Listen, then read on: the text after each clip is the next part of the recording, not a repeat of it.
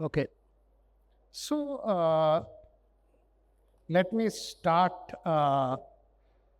with the first round of question with which I'll approach each of the panelists.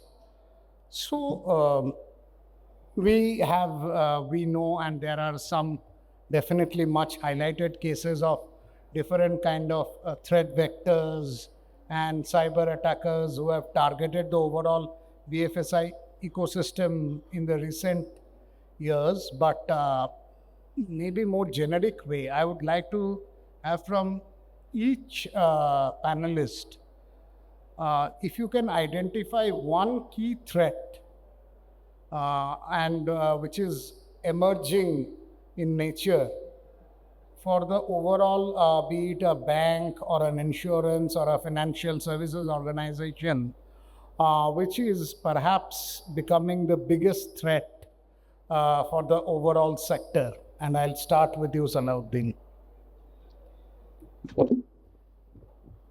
So good afternoon, everyone. And it's an interesting topic of cybersecurity, but I don't know why, it has been kept after lunch. I mean, most of the guys now would be in a very different mood. But then we'll try to keep it as interesting as it could be, and we'll try to keep you awake. So coming to what Rajneesh has asked on, threat vector. See, the threat vector is basically a method by which some hackers try to, bring the data out from an individual, from an organization. So according to me, if you look at what is the most important aspect about the data loss is the personal information, personal identification of a customer. And predominantly that goes across the industry, whether it is banking, insurance, or any other sector. The more digitization we are doing, the more threat of data loss is what we really need to look into.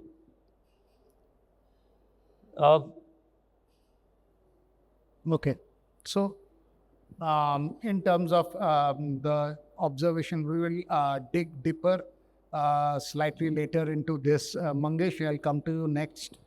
The biggest threat that you are foreseeing right now, for since you are from a bank, from a bank's perspective. Good afternoon, everyone. I'm Mangesh Dufare, and I'm working as a data center head in Belapur, a DR center. So the biggest threat I feel is the personal data which is with us, with the bank. Any breach is the biggest threat. And to come up with the security, you have to have patching and updation, and very particular about whatever activities which are going on, like what are the basic things, vulnerability assessment, penetration testing, patching. This should be regular without fail. So that's the biggest threat I feel, and these are the various steps we can take to prevent such type of threats. Okay, thank you. Prashant. Good afternoon, everyone. Myself, Prashant Deshpande. I'm CISO for Shriram Finance, and thanks the APAC team for inviting us over here. So the topic itself, what we have today, the emerging technology, I think that is the biggest threat we have today, because the pace at which the new technologies are coming and the pace at which, hackers are adopting those technology, and the pace at which we, the defender, are, approaching to adopt this technology. I think that is the major threat which we'll have to address, because, this is that, when we started our career in IT, what we used to develop and what we used to have, we used to have full control on those things. That is, we have developed those things and we know though exactly what's happening. But nowadays, things we are adopting something from the, third party, and we have practically no control on what we are using. So I think that emerging technology itself is a big threat for us, and the pace at which both defender and attacker are going to, approach it. Okay, so adoption of new technologies itself is a threat. Yes, definitely agree with that. Again, I will dig deeper into this later. Ananth, Your initial. Yeah, I think the ransomware continues to be the biggest threat even today. And as my friend mentioned here, the emerging technologies like, now the larger threats that are happening that are seen around the deepfake videos, right? So, whatever that you do, I think it's very easy to enter an organization using phishing attacks and all those kind of scenarios, which even today, these are not things that were that have come out suddenly, right? These have been there. In spite of all the training that you do, all the education that you provide, all the knowledge that you kind of give out, these continue to be entry points for the hackers to get into your ecosystem. Thanks. So we have the initial views. So more than the threats, so we have identified the threats. The more important is the measures that need to be taken, and maybe discussion about those measures is more pertinent. So what I would like to understand from each panelist is the number of threats, cyber threats are increasing, the surface attacks are also increasing, and someone said about the digital adoption is happening, that itself is a threat. And we talked about measures like the regular updation and patching. Other than that, each of them, again starting with you, Salahuddin, what are the best practices that you would recommend now from a bank perspective, which needs to be adopted immediately? One, to counter the current threats, and more importantly, we know the hackers or those elements are always one step ahead. So what is more likely to come?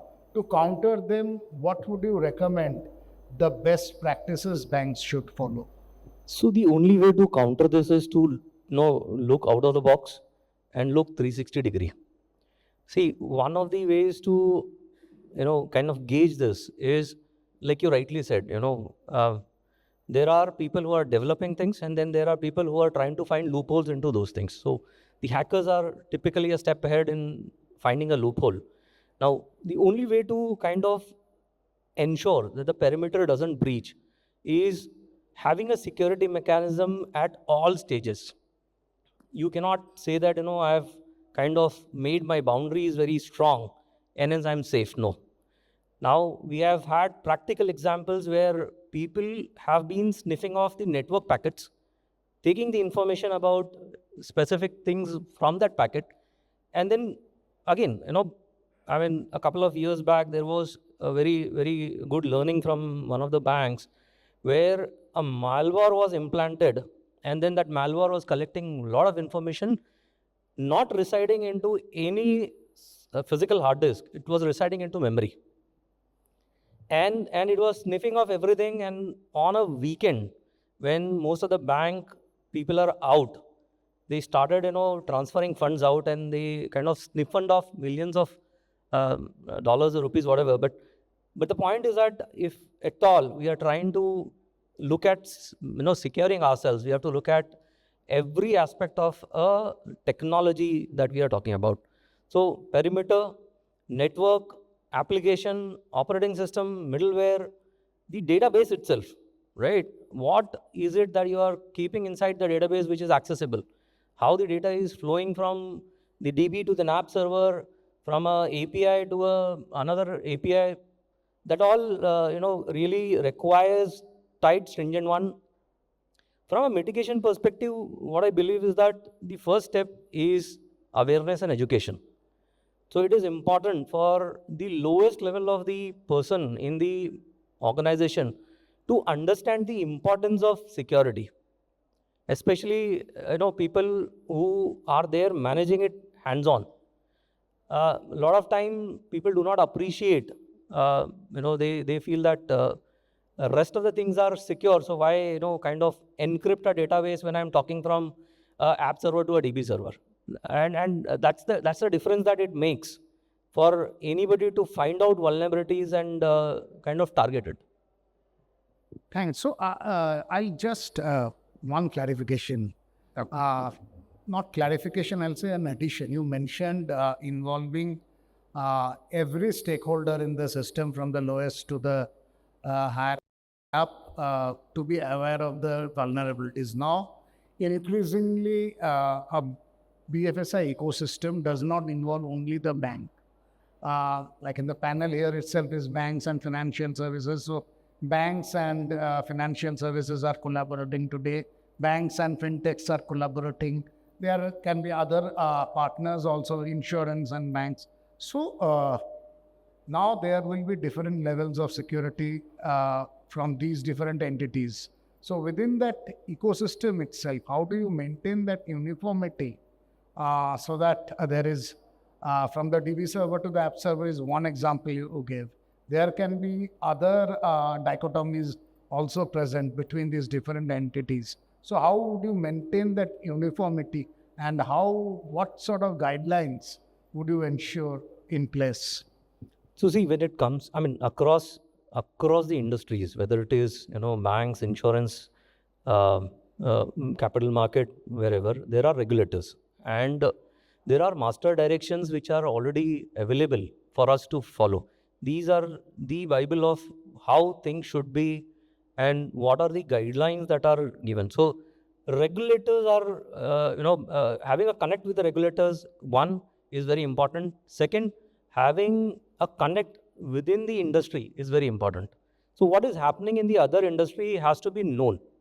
Now, see, the way technology has emerged for customers and banks and insurance, there are also social media platforms where people keep connect, and there are various WhatsApp groups, various forums where across the industry people are now in the network. So it is important also to kind of learn from across the industry. We can't simply assume that if something goes wrong on an insurance sector, we are safe in the banking sector. No, that's not going to happen. Technology is same. The operating system that the insurance IT people use is the same operating system that a banker would use, right? So if there's a breach, there's a breach. Sure. Mangesh, a little, again, the best practices I would want, but since you are looking after a data center, my perspective is even banks are migrating some applications on the cloud. Maybe not the extremely critical applications, but definitely some not so critical applications. So one, the security on the cloud level, and also now customer delivery, the service deliveries are omni-channel. You are using multiple, it can be mobile, it can be internet banking, social media, everything is being used. So keeping all this in mind, in this context, from a security standpoint, what are the best practices that you would recommend? See, basically, as a bank, what we have done is we have made a policy on cloud adoption also. And we have number of applications in every sphere. For example, we have this mobile banking, internet banking. Then there are various applications which are in-house built also. So what we have done is we have identified certain applications which can be migrated to the cloud. And not public cloud. Initially, in a phased manner, what we are doing is we are trying to put it into the private cloud. So from the learnings, because the regulator itself has come out with a cloud adoption policy, but not in a very full-fledged manner. What they're saying is, first get the experience and see the security of your data first, and whatever the application you have, and then go for the next critical data. The critical data is nothing but the personal data of the customer. So for that, we have to again think and take the experience in hand. And then we can think about the migration to the cloud. So initially, we'll identify the in-house applications which have the less risk in terms of risk parameters. So and the main is the CBS. In any banking system, the main core banking application is the most critical. So that will be the last to be done. If any, we are going to the cloud. And one more point I have to raise it. Just recently, we have heard about the update error in this Microsoft. The example, the chaos which was across the world. It was nothing but a simple update which was wrongly done by the company, which has affected the Microsoft application worldwide. Today also I was going through the news, and they are now going further that lawsuit against the company. It was a very minor thing. If as a IT professional, if we say it's nothing but an update, no, it's a regular update we do. Well, like if I give the analogy, if I update my wardrobe or something like that, it was a very simple thing. But that not done perfectly or rightly. There was an error, and that error caused so much chaos in the entire world actually. So what I was saying is the basic things should be done right. And nowadays there are many cyber attacks happening across the various channels. For example, we received the phone calls, and they said that you are under a digital arrest. I'm calling from the police department, and your name is appearing in that particular the case, and your son is found using that contraband or drugs, and now you have to pay for some penalty. And they will keep you under arrest for at least 24 hours, and they will get the money, extortion type. So for this, I want to say that never attend any calls which are not important. What happens is we are so gullible people actually. Any call we receive, okay, somebody must be calling, and we receive the call and we get caught in that particular.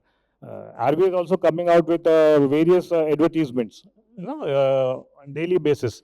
Okay, but don't accept the call. Don't be greedy. If somebody gives a call and says you are winning a lottery ticket, it's not so easy, man. So I suggest everybody can never attend a call. If suppose any call is important to you, he will again call. He will send you a SMS, and if you have your contact detail, it will always get through Truecaller or display in the contacts. Sure. Great. I'll come to you, Prashant, again, putting the perspective, the same thing. One, financial services companies are working, collaborating with banks. So there is this, from your perspective also, working, the whole ecosystem working on different layers. Other than that, the financial services companies are assumed to be more delivering faster on certain services than banks. The way so when you're delivering services faster to a wider reach of customers, and that may be reducing the time on proper customer profiling. What sort of risks are involved in that process, and how would you recommend the best practices to mitigate that risk? I think my CRO could have been the best person to answer this question, but okay. So effectively, we are in an industry where, as a Shriram Finance, my customers are truck drivers. Okay, and in a lending business, and for the investment purpose, we have all senior citizens who are our major customers. Okay, so looking at the customer perspective, okay, if we would like to have a certain system, like recently we have launched our super app. Okay, so what we have done now, UBE is something which is very common technology where people talk about the user behavior analysis basically. So what we have done on our mobile application is that we have embedded a technology or the security controls on our mobile application to ensure that the compromised mobiles will not be able to install that application on their mobile. Okay, at the same time, we have a data processing partner where we analyze the action points from the user perspective, what are the action he is performing, and in overall ecosystem, you take any financial like other bureaus or any other financial institutes, what is his rating over there? So overall together, what we do, we arrive at kind of a loyalty score or a fraud score of an end user to ensure that we should not become a source of attack on any of the mobiles. So that is one care we take when we launch or any mobile application or something, that we ensure that we should not become a source of attack, and bad people should not able to access things. That is one point.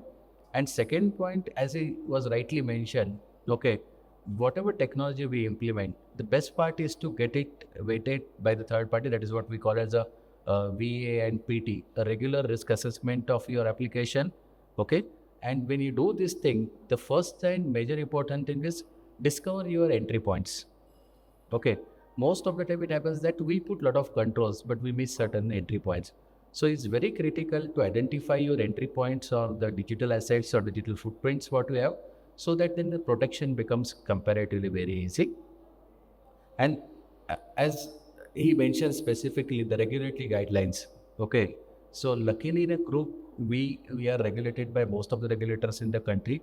So what we have ensured is that combined mapping of all the regulators with ISO and NIST guidelines is something as the best practices. We arrived at that, and we try to follow that best practices irrespective whether regulator has asked us to do it or not.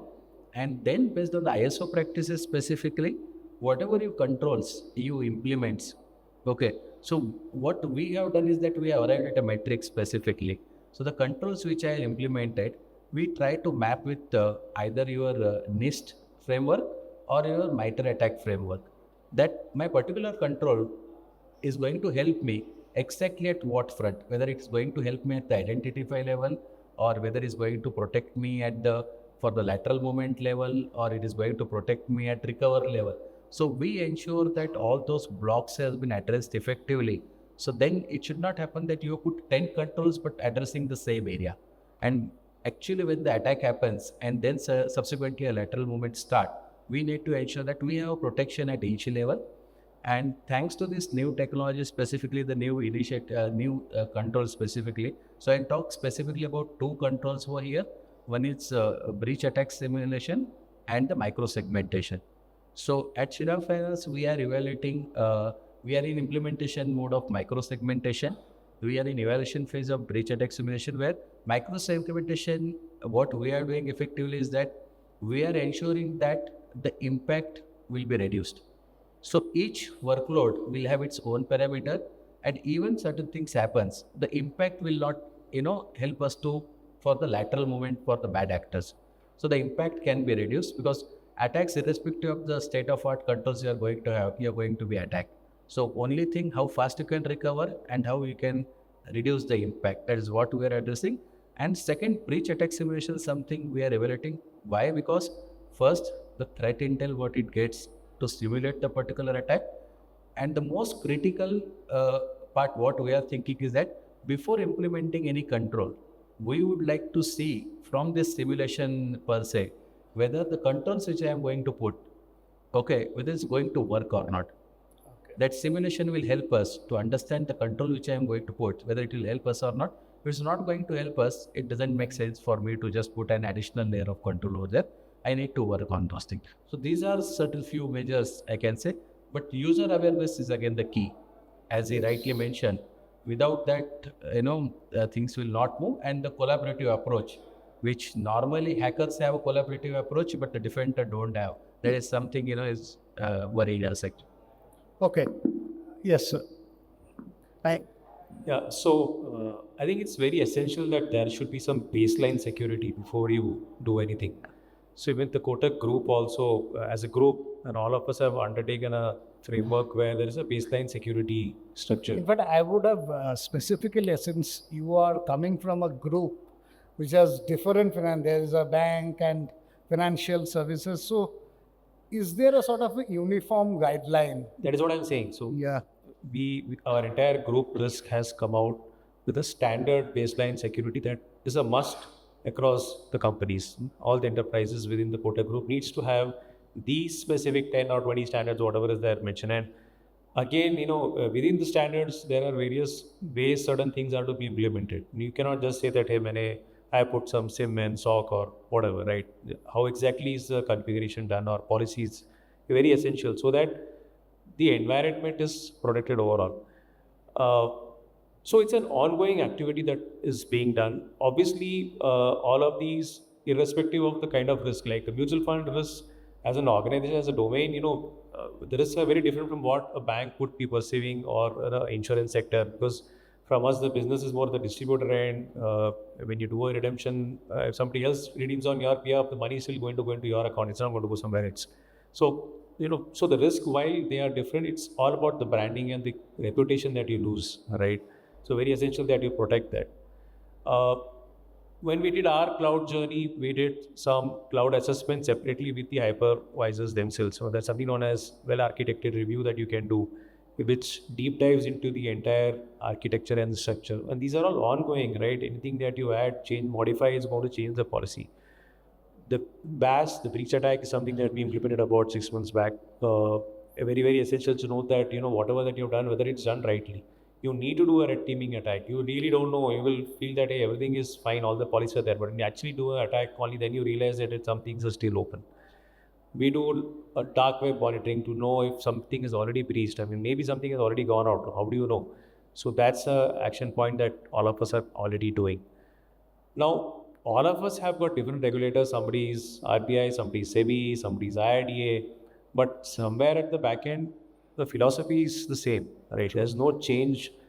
An attack or PII data going out, it can't, whether it's bank or in mutual fund or whatever it is, it's going to be looked upon in the same manner. Anything going out on the social media, I said, hey, Kotak got breached. It's a name that is going to get impacted, right? So very essential that you protect all your ecosystems, keep doing testing, governance.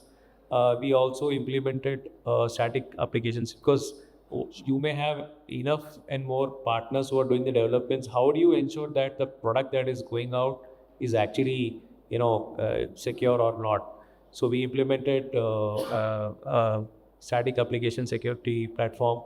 So even before the code is deployed as part of the, CI/CD, it kind of checks if there is a vulnerability, it will not go into production at all. So these are all hygiene now. I mean, these are no longer, maybe I should be having it and I'm okay with only a VAPT. No, I think if you really, the way the landscape and the digital landscape is growing and the way the attacks are happening, I don't think you are left much to, a choice that whether I should be doing this or not. And these are all part of the hygiene that you need to do, whether it's, even a decoy, at the other end, which kind of smoke or a smoke screen, and all these solutions are available today.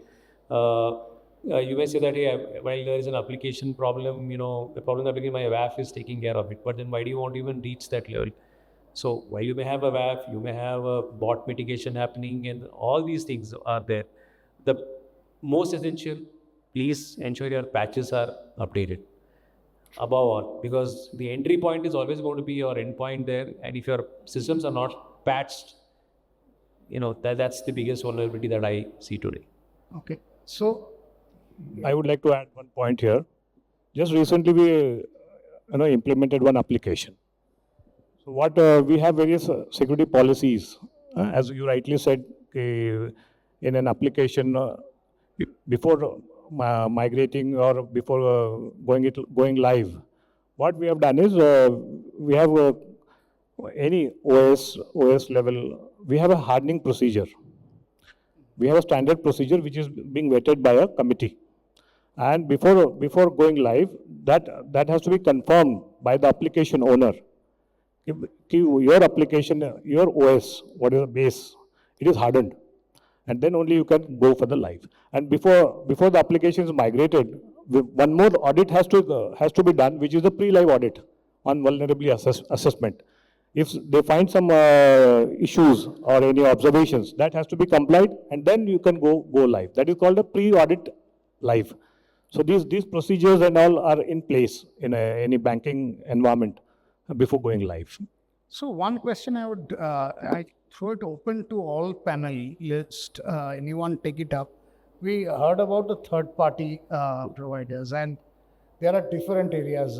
Now there is no one third-party involved. From simple thing as a firewall management or a patch management to vulnerability assessment to even those simulation tests being conducted by certain MSPs. So how that itself can be a vulnerability?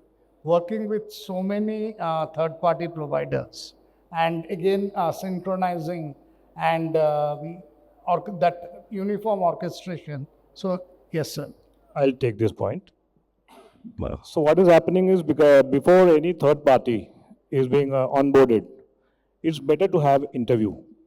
Basically, if suppose I know the level of expertise I need from the particular third party vendor, and if I don't take the interview and if I don't put the benchmark on the qualifications and experience, it will so happen that some other person who is not having the qualification will come in and do the damage.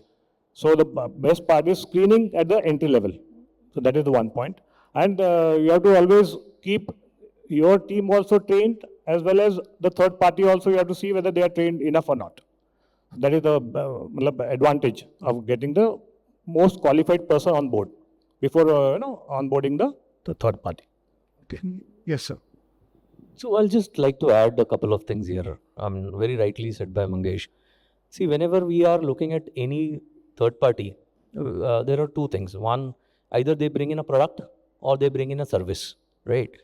If they are bringing in a product and if it's a new partner for us, we typically do the entire audit of that partner, right from their systems, their environments, inclusive of how they are treating their employees' laptops.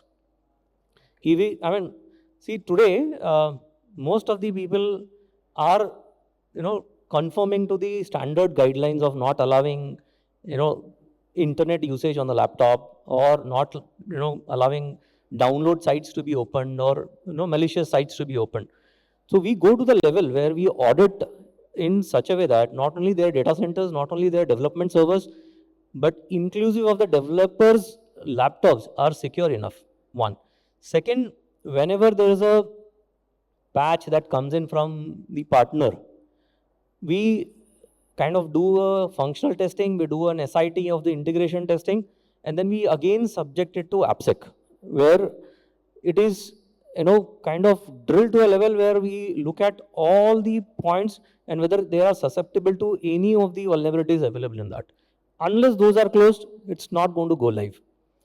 Third thing is, when it comes to services, and again, like Mangesh said, everybody who's onboarded is screened to a level that, one, it is screened by the employer who's deploying it in our site, and screened by us who are taking those services. We don't allow their devices to come directly into our network. Okay, it is advisable that if the person needs a PC, a laptop, it is provided by the organization. As a bank, I will kind of give them a hardened laptop, give them a email ID where they cannot transfer data to any public domain or any generic email IDs, Gmails and Hotmails and Yahoo.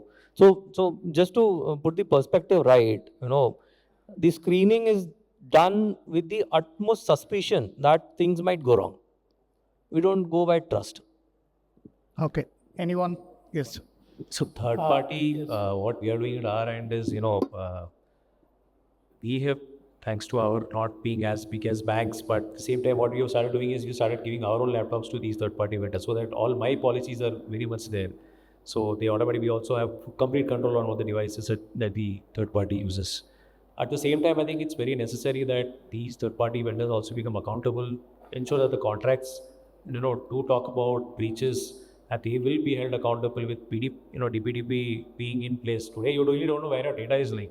The more essential part is, you don't even know where all your data is actually lying today. So it's very essential that you cover up all those, gaps and make the make the counterparts, accountable for it. You can't be, of course, it's our responsibility. Tomorrow, if the regulator says that your data went breached, finally it is we who's going to be pulled up, not the third party. But ensure that, he's part of the use.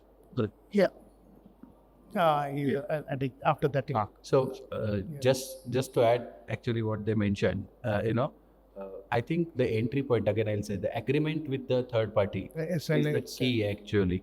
Okay, how we define the scope and what kind of access we are going to provide it. How do you confirm to those? How do we confirm and review those things? There is something which is very critical, and then the regular review. And now there are ASM tools and everything where you keep monitoring their risk posture.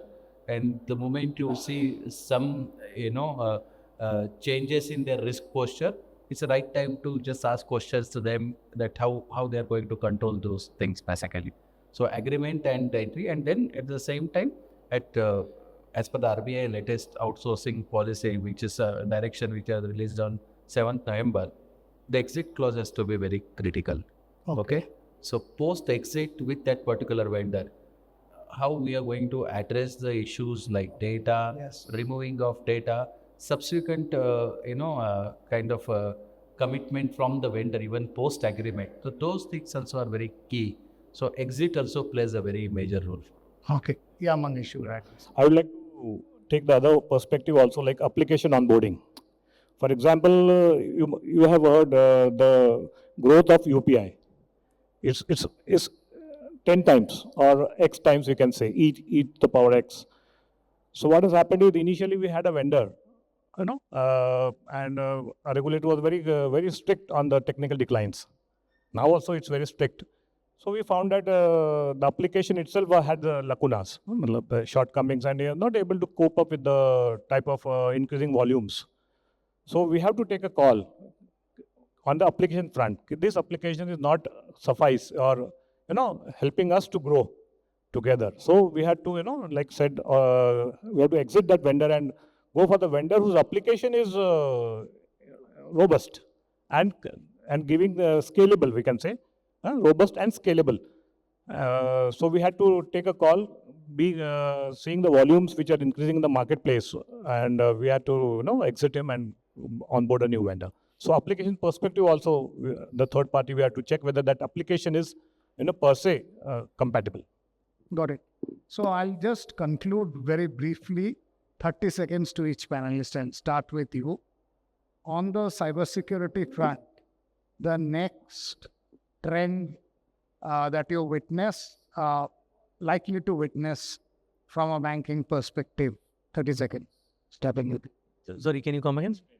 The next major cybersecurity trend you foresee banks will adopt over the next few quarters? So the next most likely and the immediate one is the AI.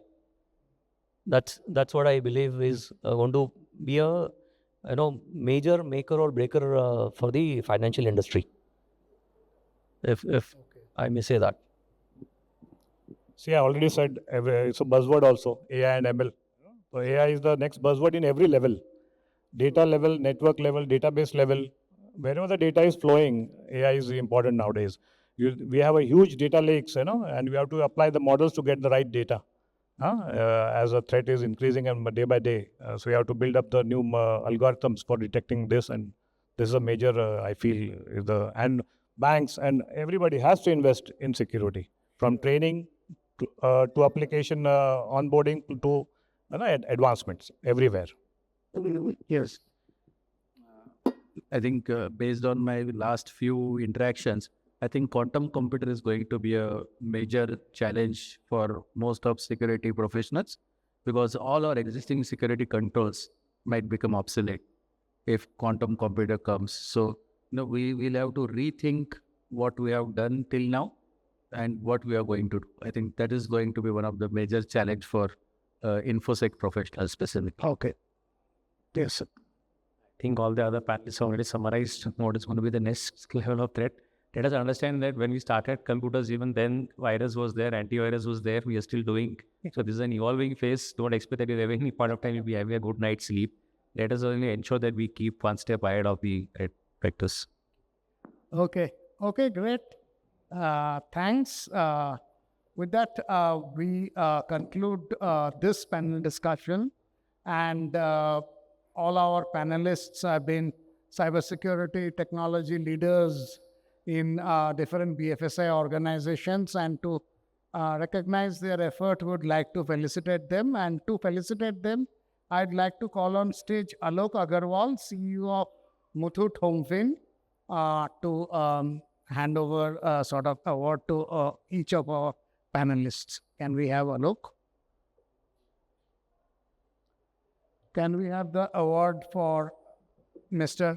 Salahuddin Chaudhary, Senior Vice President, IT, Bandhan Bank?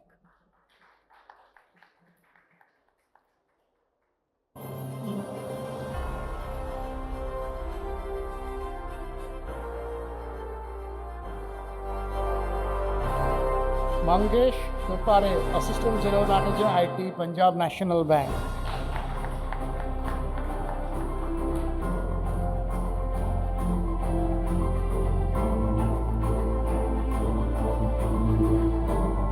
Prashant N. Deshpande, Senior Vice President, Shriram Finance.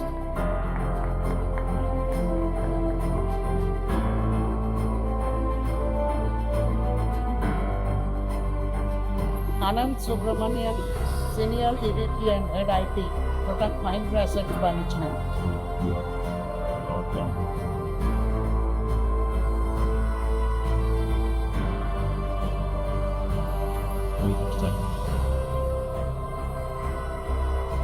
Can we put ourselves?